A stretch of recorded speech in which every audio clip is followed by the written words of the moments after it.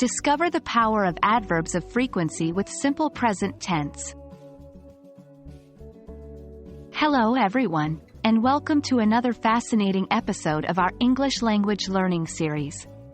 Today, we're focusing on an interesting and important aspect of English grammar: adverbs of frequency with simple present tense.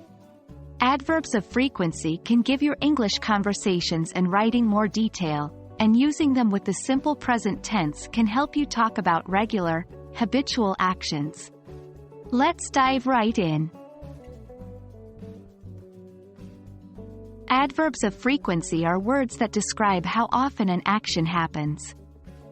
They can tell us if something happens always, usually, often, sometimes, rarely, or never.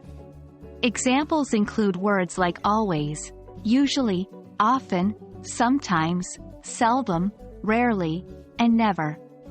Remember, the simple present tense is used to describe actions that are regular or habitual, so combining it with adverbs of frequency can tell us a lot about someone's regular routines or habits. When it comes to placement, adverbs of frequency usually go before the main verb but after auxiliary verbs, such as be, do, have. For instance, I always eat breakfast at 7 a.m. They usually go to the gym after work. She never forgets to do her homework. However, if the verb is to be, the adverb goes after it. He is always late for the meeting. We are often tired after work. When we want to use adverbs of frequency in negative statements, the structure changes a bit.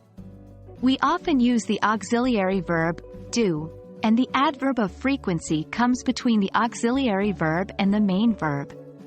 For example, I don't usually eat junk food. They don't often watch TV. In questions, adverbs of frequency also go between the auxiliary verb and the main verb. Here are a few examples.